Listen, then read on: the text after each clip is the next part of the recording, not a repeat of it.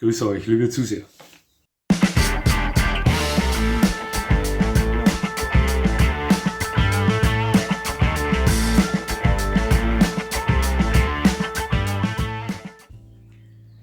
Nochmal herzlichst willkommen, liebe Zuseher, hier auf meinem Kanal.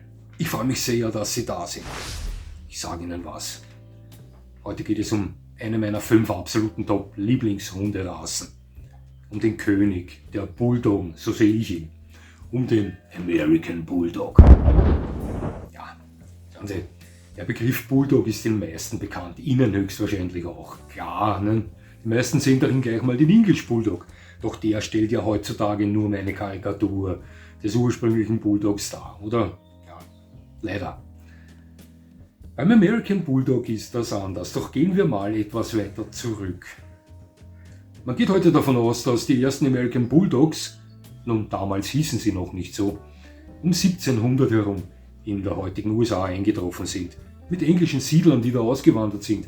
Viele dieser Leute ließen sich als Farmer in den Südstaaten nieder und die begannen auch recht schnell damit, bei den Verpaarungen ihrer mitgebrachten Bulldoggen anatomische Eigenschaften zu forcieren, welche sie zu besonders geeigneten Allroundern für die Arbeit auf und rund um die Farm formten. Die Hunde wurden größer, stärker und schneller und entwickelten ausgeprägten Wachschutz und Jagdtrieb. Die damals schnell unter den Namen Old Country Bulldogs oder Old English White oder auch White English bekannten Hunde waren bald nicht mehr wegzudenkende Farmhelfer, Beschützer von Familien oder erstklassige Packer bei der Jagd aufs Wildschwein. Und auch heute noch gilt der American Bulldog als eine der besten Packerrassen auf der ganzen Welt. In den 70er Jahren des vorigen Jahrhunderts schrieben ein gewisser Mr. Scott und ein gewisser Mr. Johnson den ersten Standard dieses Hundes. Sie nannten ihn damals American Pit Bulldog. Doch 1975 änderten die diesen Namen in American Bulldog, um zu verhindern, dass dieser Hund mit einem American Pitbull Terrier verwechselt wird. In den späten 70ern begannen sich 2 Typen dieser Rasse zu entwickeln. Mr. Johnson konzentrierte sich auf substanzvollere Hunde mit kürzerem Fang und kreuzte auch einmal einen English Bulldog ein. So entwickelte sich der Johnson-Typ, heute auch bekannt als Bully-Typ.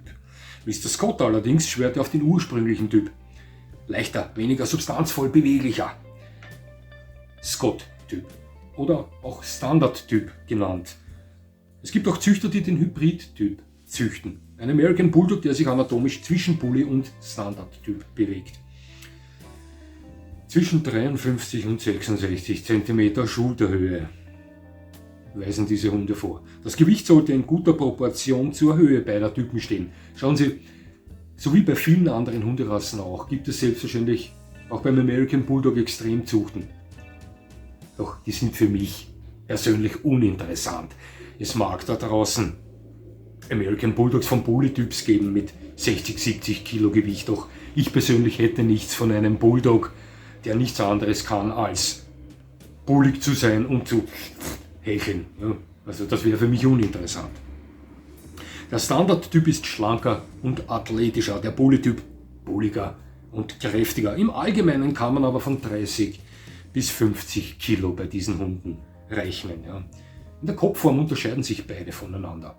Während der Standard-Typ den klar kantigeren, keilförmigeren Kopf vorweist, der schon Ähnlichkeiten mit Amstaffs oder Dogo Argentinus vorweist und etwas flacheren Stopp hat, ist der Kopf des Bully-Typs weitmassiger. Kürzerer Fang, stärker ausgeprägter Stopp, ganz klar erkennbar ein Bulldog. Auch in der Gebissform unterscheiden sie sich voneinander, denn beim Standard-Typ wird ein Scherengebiss bevorzugt. Ein Vorbiss, ein leichter Vorbiss ist erlaubt und man akzeptiert ein Zangengebiss. Beim Bully-Typ sieht das anders aus, denn der darf einzig und allein einen Vorbiss haben. Es sind kurzhaarige Hunde und die Farben bewegen sich zwischen weiß oder weiß mit variablen Abzeichen und diese in gestrommt braun oder rot. Das sind übermittelgroße bis große Hunde und beide Typen strahlen ein Übermaß an Power, an Beweglichkeit aus, das sind Kraftprotze. Während der Standard-Typ an riesige Amstaffs oder Pitbulls oder Dogo Argentinus erinnert, ist der Bully-Typ ein typischer, klassischer, beeindruckender Molosser. Ja. Ich möchte sagen, der American Bulldog ist der Prototyp des kumpelhaften Familienhundes, der mit hochgekrempelten Ärmel für jede harte Arbeit bereit ist. Ein Hund, der seit Jahrhunderten in intensivem Kontakt mit Großfamilien diese bei jeglicher Arbeit unterstützt, sei es bei der Arbeit am Vieh oder bei der Jagd. Diese Hunde entwickeln innigstes Verhältnis zu ihren Familien und sind im Normalfall äußerst effektiv entschlossene, natürliche Bewacher und Verteidiger ihrer Leute. Das unterscheidet sie von ihren Verwandten, den Bullterriern, die eher als nicht so gute Wach- und Schutzhunde gelten. American Bulldogs gelten als exzellente Wach- und Schutzhunde. Auch Fremden gegenüber funktionieren sie zumeist etwas anders, sind weit misstrauischer. Im Normalfall. Aber genau wie ihre Verwandten, die Bullterrier, gehört auch der American Bulldog, egal welchen Typs, von früh an Artgenossen herangeführt, gut sozialisiert, denn die Hunde neigen dazu, wenn das nicht gemacht wird, den Streit zu suchen, und ein kampflustiger American Bulldog ist kein Vergnügen, liebe Zuseher. Charakterlich ähneln sich beide Typen sehr, nur lässt der Bully-Typ alles etwas langsamer angehen.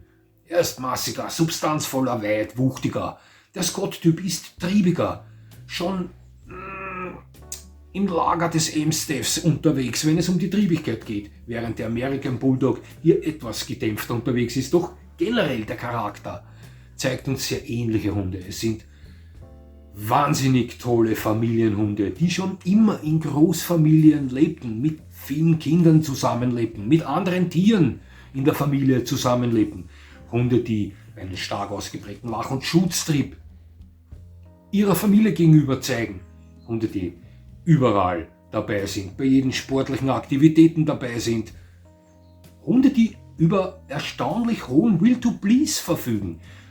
Hunde, die höchst trainierbar sind. Vielleicht nicht in der Art und Weise, wie es Vertreter der neuen Gebrauchshunderasse sind. Das nicht, aber dennoch sehr trainierbare Hunde, die immer schon auf Kommandos ihrer Besitzer hören mussten. Also alles in allem Top-Hunde, wenn es um den Charakter geht. Ich habe einige Erfahrungen mit diesen Hunden gemacht. Den ersten American Bulldog, den ich persönlich getroffen habe, das muss 92 oder 93 gewesen sein. Damals war ich noch im Besitz von Attila, meinen American Pitbull Terrier, und ein Freund von mir interessierte sich brennend für den Pit.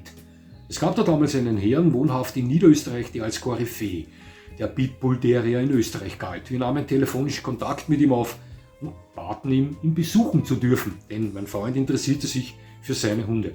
Wir wurden eingeladen, fuhren dorthin, am Grundstück angekommen, erkannten wir ein großes Grundstück mit vielen Zwingern und an die 20, 30 Pitbulls in diesen Zwingern drin.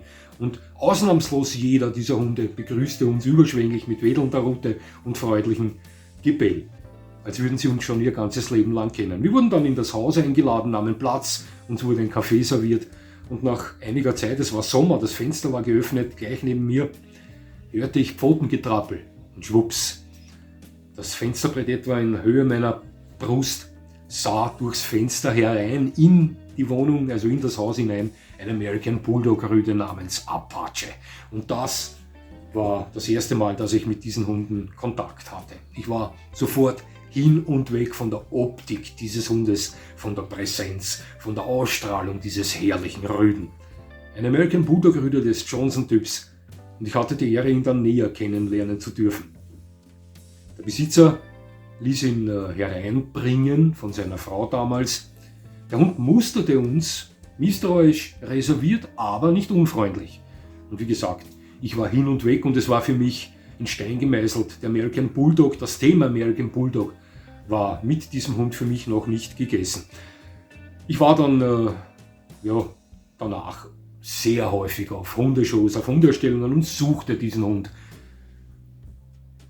Traf einige des Scott-Typs, einige des Johnson-Typs, unterhielt mich mit den Besitzern, und ich sah dort keinen einzigen Bulldog, egal welchen Typs, der mir nicht gefallen hätte. Meine zweite persönliche Erfahrung mit diesem Hund erlebte ich, als ich meinen Tosa Inu besessen habe, Shiro. Der war damals 7 oder 8 Monate alt, und der lernte einen American Bulldog auf der Donauinsel kennen. Ebenfalls ein Hund des Johnson-Typs, der meinen Hund, meinen jungen Tosa Inu, sehr mochte.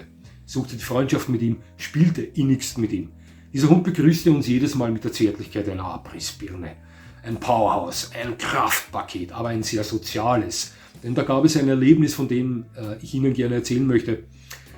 Als wir da eines Tages miteinander spazieren gingen, die Besitzerin dieses American Bulldog Rüdens und ich, mit Shiro, meinem Tosa Inu, schoss in uns ein großer deutscher Schäferhund Rüde hinein, ja, der sich beim Spiel hineinmischte. Und nach einigen Minuten, wir sahen, das klappte halbwegs gut, begann der deutsche Schäferhund damit, den American Bulldog vom Spiel abzudrängen und verwies ihn in heftiger Art und Weise. 6, 7, 8 Mal. Also er gab ihm zu verstehen, verschwinde, ich möchte jetzt allein mit diesem Shiro da spielen. Der American Bulldog ließ sich das zu meinem Erstaunen jedes Mal gefallen. Und ich rechnete eigentlich jedes Mal damit, dass er zurückschlägt. Doch das tat er nicht. Ja? Und das ging 10 Minuten lang so. Ich kannte damals viele Hunde, die sich das nicht mal halb so lange gefallen hätten lassen. Ja?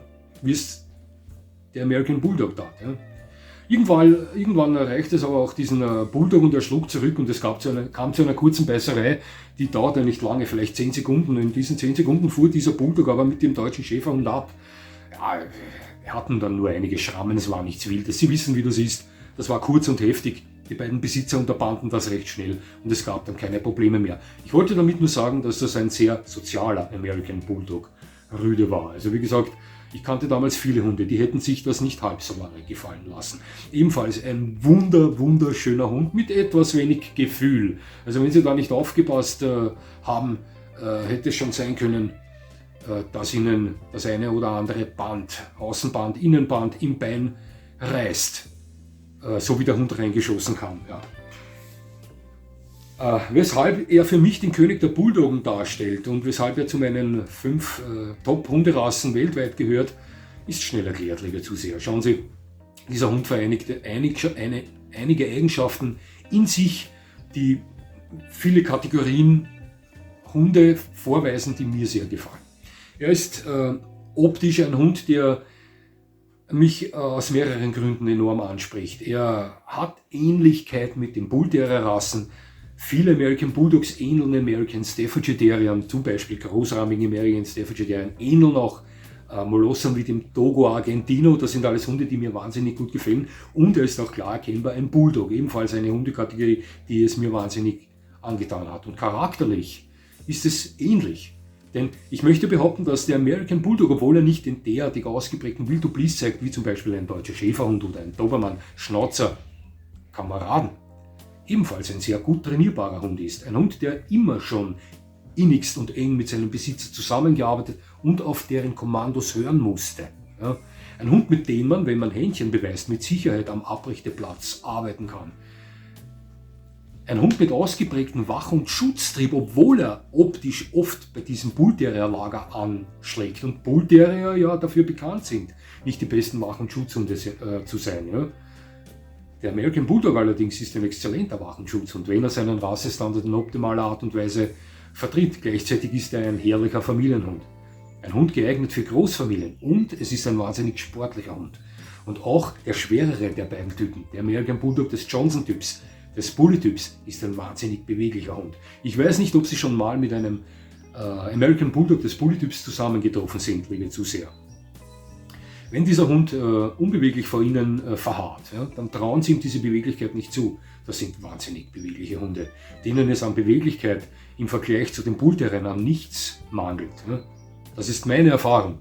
Die Bulldoggen, die ich sah in Action, waren wahnsinnig leistungsfähig, schnelle Hunde, unheimlich bewegliche Hunde. Das alles gepaart mit einer enormen Power. Das sind alles Eigenschaften, die mir bei einem Hund wahnsinnig gut gefallen, die ich oft bei Hunden suche. Und deswegen zählt der American Bulldog für mich zu den 5 Top-Hunderassen auf der ganzen Welt. Ja. Schauen Sie, ich habe da vor nicht allzu langer Zeit ein Video über einen American Bulldog gesehen, wo ich in einem der Kommentare, auf YouTube war das, von einem Besitzer folgenden Satz gelesen habe. Der war an den Verfasser dieses Videos gerichtet.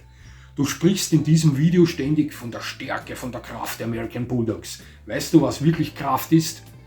Ich habe einen Kangal mit 85 Kilo. Das ist Kraft. Schauen Sie, liebe Zuseher, es gibt immer einen größeren, es gibt immer einen stärkeren. Aber an diesen Herrn, an den Verfasser dieses Kommentars gerichtet, sollten Sie, die Möglichkeit besteht, zusehen. Klar, wird ein 85 Kilo schwerer Kangal vielleicht mehr Körperkraft vorweisen als ein American Bulldog. Und auch der Kangal ist eine fantastische Hunderasse. Ich liebe diese Hunde, doch glauben Sie mir, das, was ich alles mit einem American Bulldog im Alltag machen kann, kann ich mit keinem Kangal tun. Ja? Und das ist einer der Gründe, weshalb dieser Hund zu meinen Lieblingsrassen gehört. Dieser Hund gehört gut erzogen, gut sozialisiert, weil er ein Powerhouse ist und er ist ein Bulldog, ganz klar. Aber wenn Sie ein Mensch sind, der sich in die Materie Hunde einliest, der auf Hunde in der Manier Bull Terrier, Molosser, Bulldoggen steht, der es vielleicht sogar auf Hunde abgesehen hat, die das vorweisen, gleichzeitig aber auch noch einen gewissen Will to Please besitzen, mit denen man arbeiten kann, die gleichzeitig auch ganz rassetypisch ehrliche Familienhunde darstellen und exzellente Wach- und Schutzhunde sind, dann wäre der American Bulldog eine Überlegung wert, liebe Zuseher. Für mich ist er es allemal und wird es immer bleiben. Ja. Es hat mich sehr gefreut, dass Sie mir zugesehen haben. Ich würde mich natürlich freuen, wenn Sie mir weiterhin zusehen. Und jetzt wünsche ich Ihnen noch einen schönen Tag. Das war's schon wieder.